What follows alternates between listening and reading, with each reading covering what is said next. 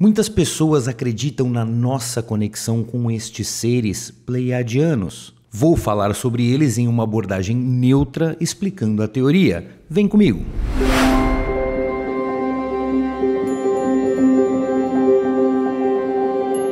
Olá, querido iluminado, Rafael Branco de volta em mais um vídeo aqui no canal da Luz e Arte. Deixa eu começar esse vídeo fazendo uma pequena correção que eu já vi em muitos lugares pessoas se referindo a estes seres como seres pleiadianos. O correto é chamá-los de pleiadianos. O motivo disso eu vou explicar mais na frente no vídeo.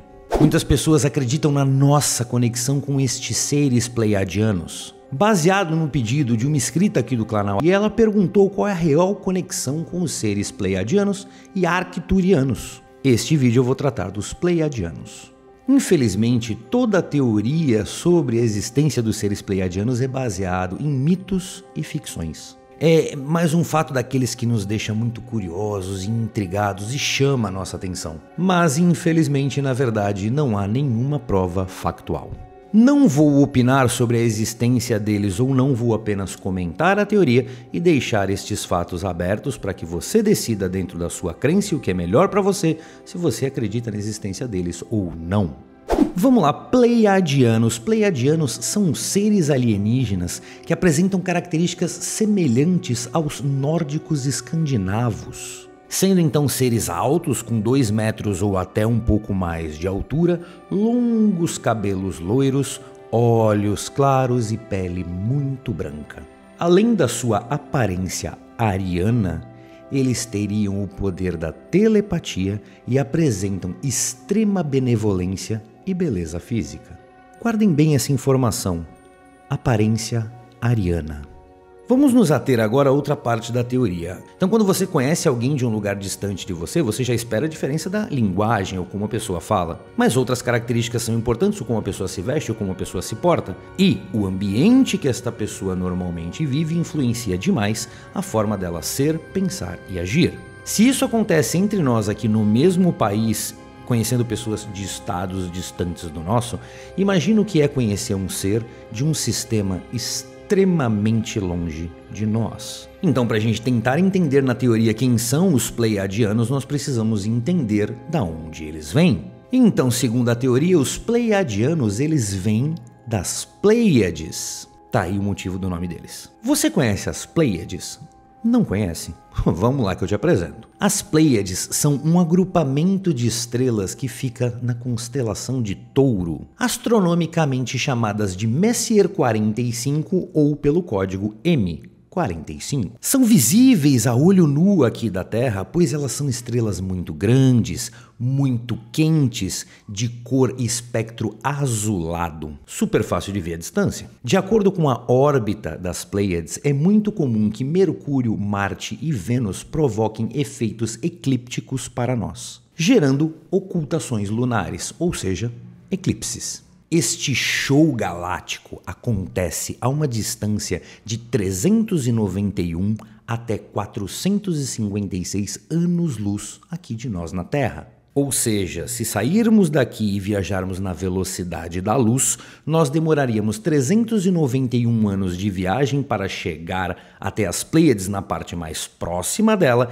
e 456 anos para chegar na parte mais distante. Só para vocês entenderem que o lugar, este agrupamento chamado Pleiades, é um lugar enorme. Num vídeo anterior que eu fiz sobre a não comunicação de extraterrestres conosco, vou botar no card aqui em cima para vocês, eu comentei que os primeiros sinais de rádio que nós enviamos pela galáxia para tentar se comunicar com seres inteligentes em outros sistemas aconteceu há mais ou menos 100 anos atrás. Significa então que nossa primeira emissão de 100 anos atrás não percorreu nenhum terço do caminho até as Pleiades. Pelas Pleiades serem extremamente visíveis aqui na Terra, elas têm uma influência e uma importância muito grande na história da humanidade, tendo inclusive diversas importâncias e significados dependendo dos seus povos, épocas e religiões. As Pleiades, por exemplo, foram citadas em Ilíada em 750 a.C., em Odisseia 720 a.C. Na Bíblia, as Pleiades são citadas em mais de 3 passagens. Elas são muito citadas e muito importantes na mitologia grega, que inclusive foi a mitologia que as batizou. Na cultura japonesa é muito interessante, pois as Pleiades chamam-se Subaru. Lembra-se daquela marca, né? Aquela fábrica de carros Subaru e a logomarca deles? Em homenagem às Pleiades. Na antiga cultura persa, as Pleiades eram chamadas de Soraya. Se você conhece alguma Soraya, já sabe de onde veio o nome dela. Pleiades. Na antiguidade, era possível apenas observar 7 estrelas em um agrupamento muito próximo e mais 2 maiores um pouco mais distantes. Então, os antigos gregos as batizaram de as 7 filhas de Pleione, em referência a Pleione, a deusa grega que teve 7 filhos com o titã Atlas.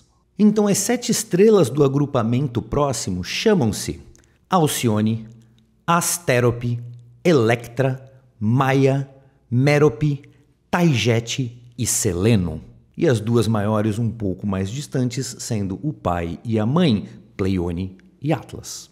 Eu comentei que na antiguidade então viam-se ao total 9 estrelas naquela região, porém com a tecnologia moderna e telescópio temos mais de 100 estrelas catalogadas dentro das Pleiades. Inclusive atualmente já existe um mapeamento de estrelas anãs que não emitem luz própria e diversas foram observadas apenas refletindo a luz das outras que sim têm luz própria. Mais uma prova de que o lugar é, no mínimo, gigantesco.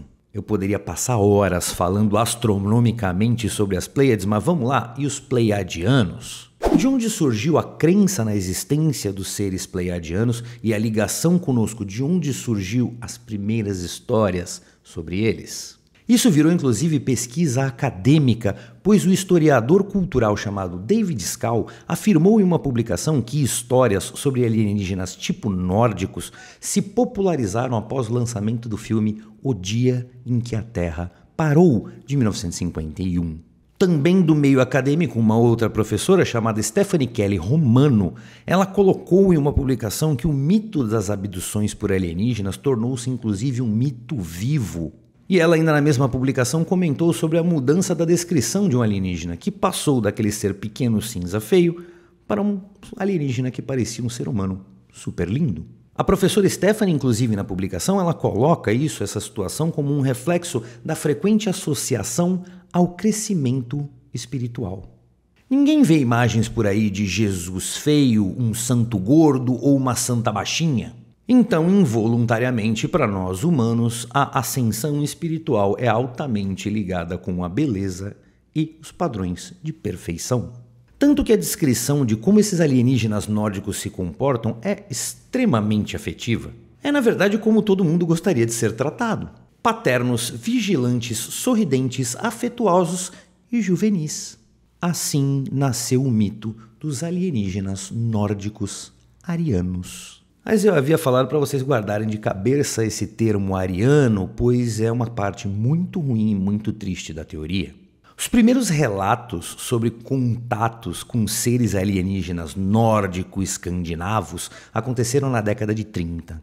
Um autor chamado Billy Meier, em 1937, contou em um relato sobre o contato direto dele com uma ser pleiadiana. Ele contou, inclusive, que o nome dela seria Semiase, com J. Então é muito difícil pronunciar, porque se essa pronúncia for nórdica escandinava, o J teria som de I. Então, vou colocar aqui escrito para vocês, esse é o nome dela. Inclusive, nessa publicação, além de contar sobre o papo que ele teve com este ser pleiadiano, ele também fez um retrato falado, um desenho mostrando como seria a aparência dela. E na boa, ele em 1937 desenhou a Gisele Bündchen, que só nasceu em 1980. Seria Gisele uma pleiadiana? Brincadeiras à parte, o problema dessa história não é a Gisele, é a data. O que acontecia na data no final da década de 30 na Europa? Grupos que defendiam a superioridade branca, defendiam a eugenia e queriam criar um mundo dominado por arianos perfeitos. Sacou o problema, né?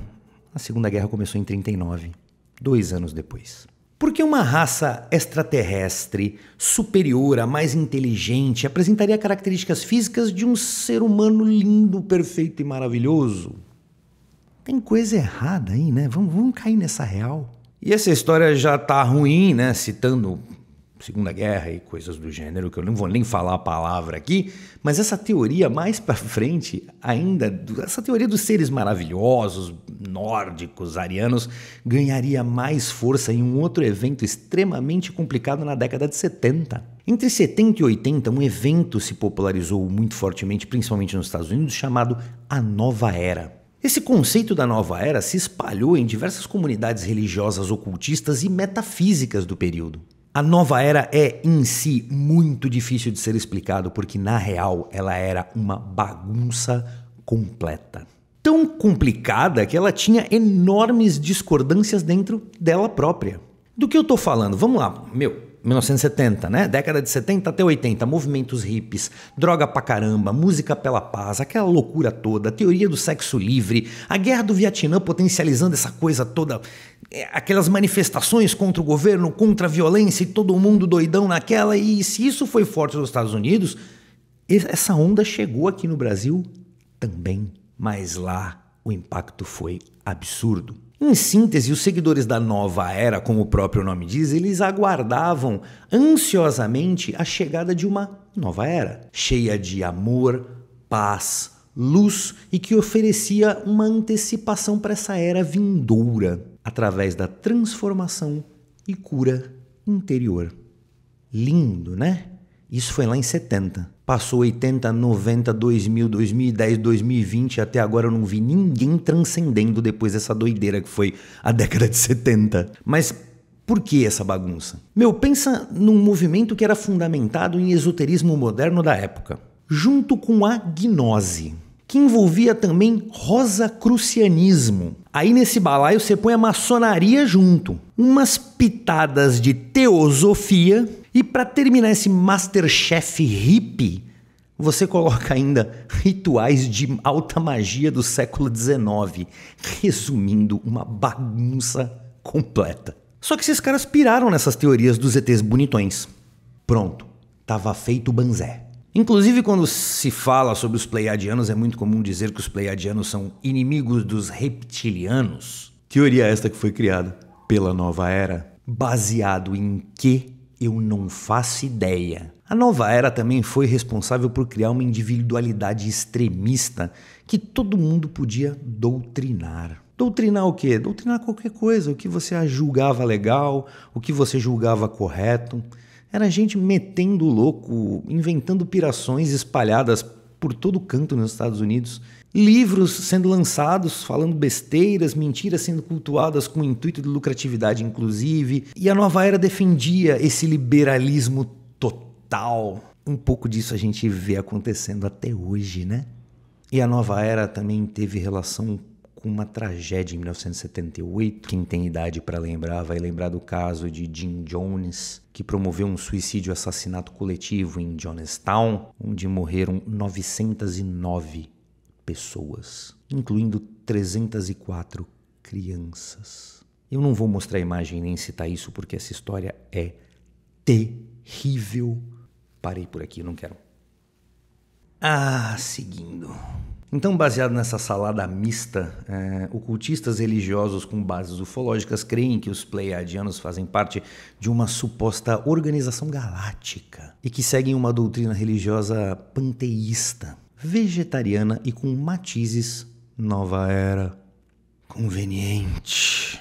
Então, queridos iluminados, eu sou incapaz de afirmar a existência desses seres e defender uma teoria que passou pela eugenia, por loucuras e fundamentos que eu acabei de citar aqui, deixa pra lá. As Pleiades estão lá, lindas e maravilhosas e podem abrigar vida, claro que podem. Mas a existência real e a real conexão, conforme a pergunta que me foi feita, eu deixo em aberto agora para você julgar se isso tudo lhe convém, você crê, ou se isso tudo foi uma criação, sei lá. Minha função é compartilhar informação e não formatar uma nova era.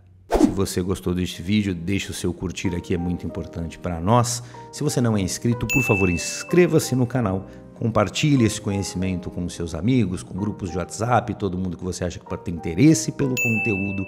Sou muito grato pela sua presença, um gigante abraço e, como eu sempre falo no final, sejamos todos luz.